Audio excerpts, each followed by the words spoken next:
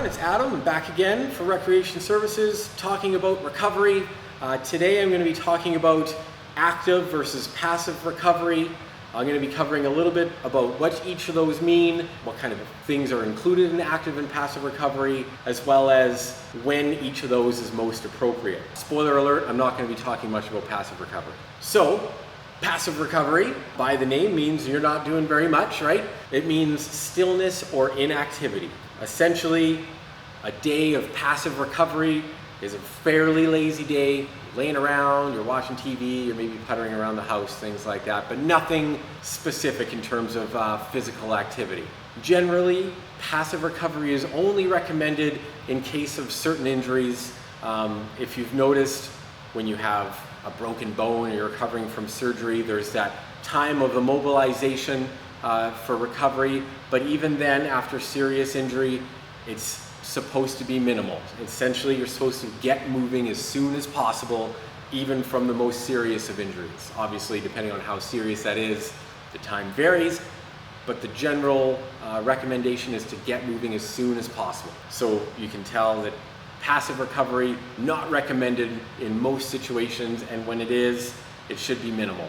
Essentially, a lot of times when we're very sore, inactivity feels like the best thing, but it's generally not good for muscle soreness. It's not going to help alleviate your muscle soreness, even though it feels better at the time because you're not moving and then aggravating that soreness. But in the end, it doesn't help you get better any faster.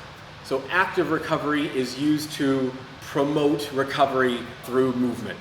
It's not designed for intensity, it's more designed for just moving through getting through the range of motion and just kind of going through the motions. You might find on days after a really hard workout, you're feeling very heavy, very sluggish. It becomes very hard to move, but you might find that once you do start moving, after just a few minutes, you start feeling a lot better. Active recovery doesn't have to be done as part of a cool down or even the very next day. Active recovery can be done for up to a few days post-exercise and still get the benefits from it. So some of the modalities you might use for active recovery could be massage, which we've covered a little bit here with rolling balls or a rolling stick or a foam roller. Any of those can be used as a form of massage, or you can go for an actual massage when permitted by the public health restrictions. It could be mobility exercises, whether that's a stretch or a dynamic stretch, or even just going through very low intensity strength movements like a body weight squat or things like that, but still very low intensity. You're really just trying to move your muscles through the range of motion. The other thing you can try is just general light physical activity. So not necessarily a workout, but it could be walking, it could be cycling, it could be even a light jog. The term general physical activity is a relative term, so it really depends on where you're at in your fitness. If you are very fit, you can probably do a little bit more and have it still count as a light day, where if you're just starting off, your light activity will probably be a lot lighter.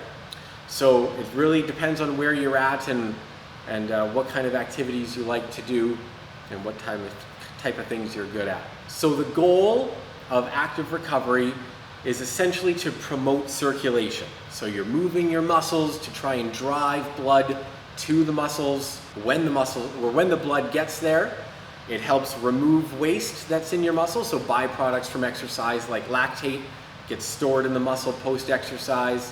So the blood can come and help remove that from the muscle, which helps reduce inflammation. While the blood is also passing through, it delivers nutrients. So that helps it aid in repairing the muscles. So if you have some muscle damage from heavy lifting, it helps repair those muscles. Some examples of how active recovery helps performance. One study has shown that an active recovery can help increase the length of your next run up to 3 times that of a passive recovery.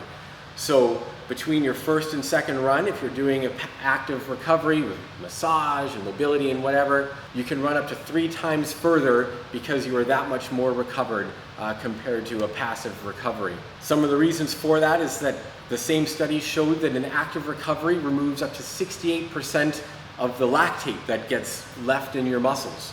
So it helps kind of reduce that inflammation and then increase kind of your rate of repair, and then gets you ready for the next workout. So active recovery should be used in almost all cases, minus a few exceptions there with serious injury. So I hope you keep that in mind, and hopefully it helps you get the most out of your next session. Good luck.